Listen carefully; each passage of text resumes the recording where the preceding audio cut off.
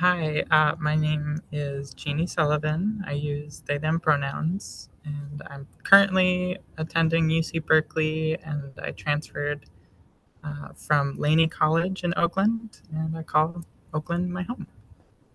Nice. And what leadership positions do you currently hold? The leadership roles that I'm currently a part of is uh, the Alameda County Continuum of Care, and I'm on the Housing Capacity Committee with the Continuum of Care as a person with lived experience of homelessness.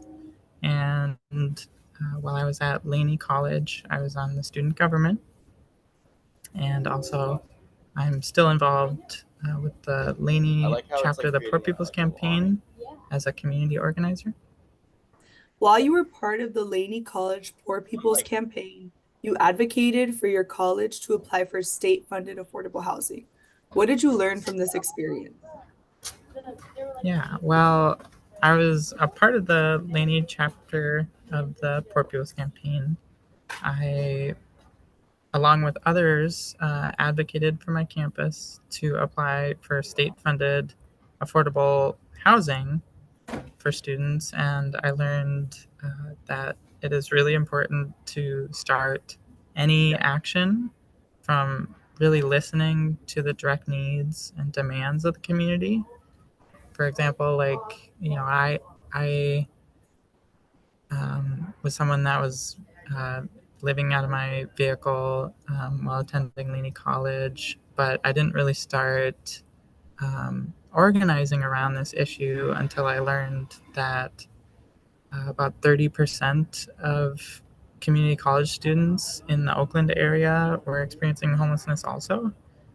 So, like, from that, uh, I realized that it was a lot easier to like gain community support when there's a lot of people that are really demanding change already.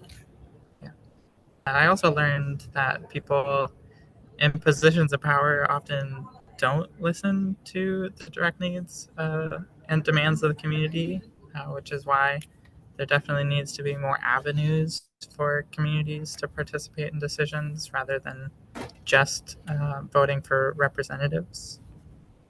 Yeah, thank you. I'll go on to the next question. Yeah, So, what is the Continuum of Care Housing Capacity Committee? right, right. So the continuum of care, more generally, is housing and urban development, a federally mandated governing body that exists in all areas across the country. Sometimes it can be countywide or potentially statewide in smaller states. But continuum of cares are meant to fund, to track, and manage services related to homelessness in that area. And they have different committees, like the Housing Capacity Committee, which is what I'm on, and the Housing Capacity Committee is focused on building and finding uh, housing units, primarily for folks that receive Section 8 vouchers to be able to move into housing. And also, continuum of cares are often comprised of nonprofit service providers or government agencies, and oftentimes private companies or corporations also have seats on the boards of these continuum of cares. And more recently, continuum of cares were federally mandated to have at least 30% of the seats filled by people with lived experience of homelessness. And so that is the role that I fill in the Alameda County Continuum of Care. Nice. And you did mention that you have experienced housing insecurity and homelessness. Yeah. So, how has this experience shaped your perspective in your current role on the Alameda County's Continuum of Care Housing Capacity Committee? Yeah. Yeah. My experience with homelessness um, has really shaped my perspective on this current role. with the continuum of care because I really used to think that all that is needed to change like inequality and poverty is just a seat at the table, um, which that is super important. Don't get me wrong, but now I also realize that there's definitely more that's needed. We It's not just about getting one person like in that position or like electing one person to a position of power.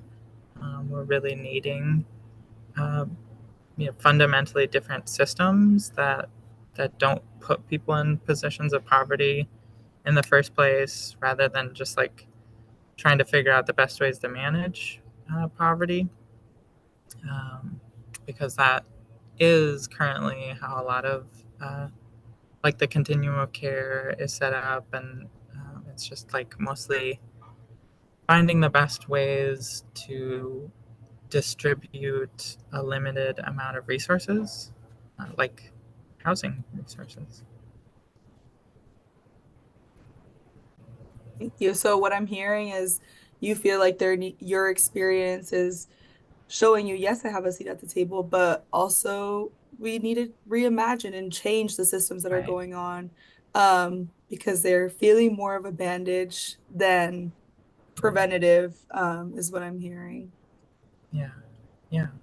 So why do you feel like it's important for students, for you, to be part of spaces like the Continuum of Care Housing Capacity Committee? Yeah. Um, with all that said, I really do think that it is important for students, any student, but definitely like folks that have experienced homelessness, to be really involved and engaged in um, spaces like the continuum of cares in their area, um, and also like holding other government agencies accountable, because students and people with lived experience of homelessness or poverty are definitely best prepared to find ways to fundamentally change these systems that serve to perpetuate poverty rather than end poverty. So, like, really, if we're gonna, we don't want to disengage from these systems, because that would only leave more room for people already empowered to maintain that power. So it's really more about like, how do we mobilize uh, more and more of our community that is affected to be able to hold um, these systems accountable. Do you have any like advice or maybe words of encouragement for people who want to be in spaces like the Continuum of Care, in their city or in their county? First, find a, a a group, a group of like-minded folks, kind of your community, like your base almost, um, to be able to always like go back to and draw from, and like also really, as an accountability structure, also that making sure that like that you're doing the right thing, and like advocating for what your community is needing and wanting. So that would kind of be my word of encouragement or advice, is to really um, draw from your community. Thank you. I love that. And yeah, how did you find out about that position? How did you end up getting the position? The Continuum of Care offered uh, classes or trainings for people with lived experience of homelessness to learn about the how the continuum of care works and functions. And I think I saw it on like an advertisement or something like at my school, at Laney College, and so I applied, and they kind of trained me on how to be in that type of role. And so then when the position opened up, I was prepared for it. So that was kind of how I got involved. But